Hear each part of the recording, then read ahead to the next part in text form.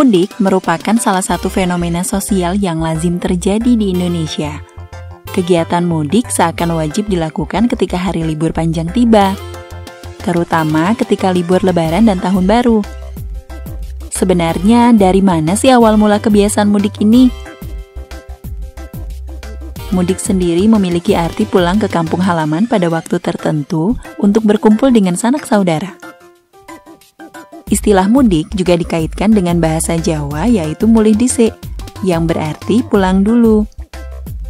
Atau dalam bahasa Betawi, mudik diartikan sebagai udik, yang berarti kampung.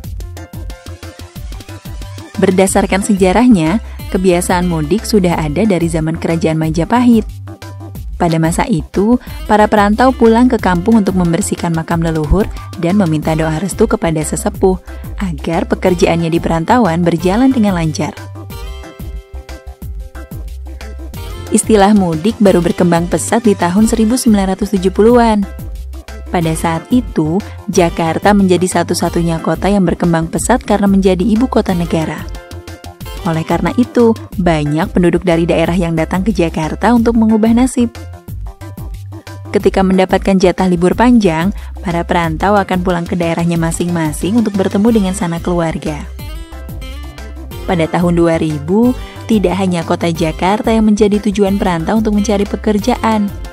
Di tahun ini, pemerintah sudah melakukan otonomi daerah, sehingga banyak kota di provinsi Indonesia yang berkembang menjadi kota besar.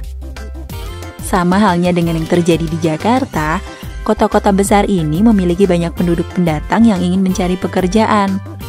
Dampaknya, pada waktu liburan tiba, ada banyak pemudik yang keluar dari kota besar ini. Bahkan pada tahun 2016, Indonesia mengalami peristiwa macet terparah karena jumlah pemudik yang cukup tinggi. Kejadian ini terjadi di Tol Kanci Pejagan. Ketika itu, antrean mobil mencapai 20 km. Hal ini menyebabkan para pemudik lelah karena harus menunggu kendaraannya bisa keluar dari jalan tol.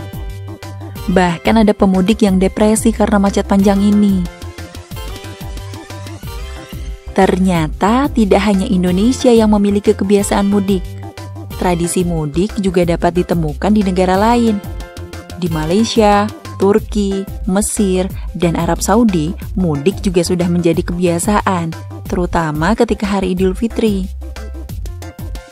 Bahkan mayoritas Muslim di India dan Cina juga melakukan mudik ketika hari raya Idul Fitri. Untuk dua negara ini, mudik tidak hanya terjadi ketika Idul Fitri saja, tapi ketika perayaan Imlek dan festival Diwali pun mereka melakukan mudik. Sayangnya, situasi saat ini tidak memungkinkan kita untuk mudik. Sudah tahun kedua kemeriahan mudik tidak dirasakan di Indonesia karena pandemi yang masih kita hadapi.